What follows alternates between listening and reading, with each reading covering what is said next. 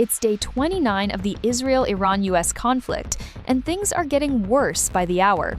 Early this morning, Israeli warplanes hit targets deep in Tehran, which honestly feels like a whole new level. President Trump bumped his energy strike deadline back a bit, but Iran wasted no time totally rejecting the US ceasefire offer. There's a lot happening, so let's break it down.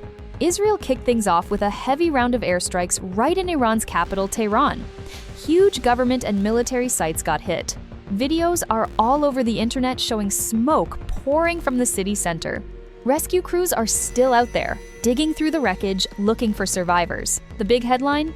Israel says they took out Admiral Alireza Tangsiri, who led Iran's Revolutionary Guard naval forces. He was no random officer. He basically ran Iran's operations in the Strait of Hormuz. Losing him is a huge blow to Iran's navy strategy. Israel claims this move is part of a larger campaign to weaken Iran's military before anything resembling a ceasefire takes shape. Iran fired back fast, launching fresh ballistic missile attacks at Israel overnight.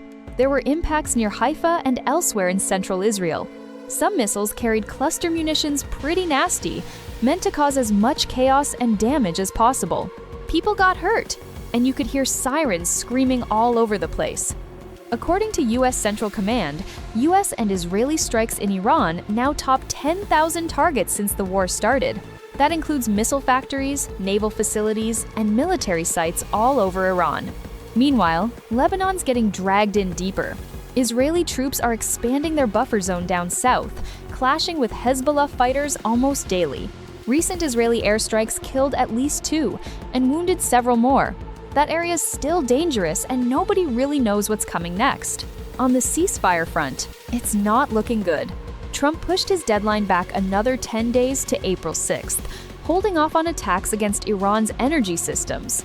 He says talks are still moving forward and wants Iran's leaders to get serious soon, whatever that means. Iran, though, has completely shot down America's ceasefire plan, calling it one-sided and unrealistic.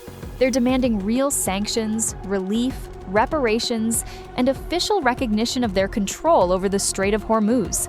The White House claims indirect talks are still happening, but Iran says there's nothing direct, and they're just reviewing the proposal, not accepting it. Bottom line, we're nowhere close to a deal. Speaking of the Strait of Hormuz, Iran's treating it like a checkpoint. Only ships who coordinate with them or pay the price can pass safely.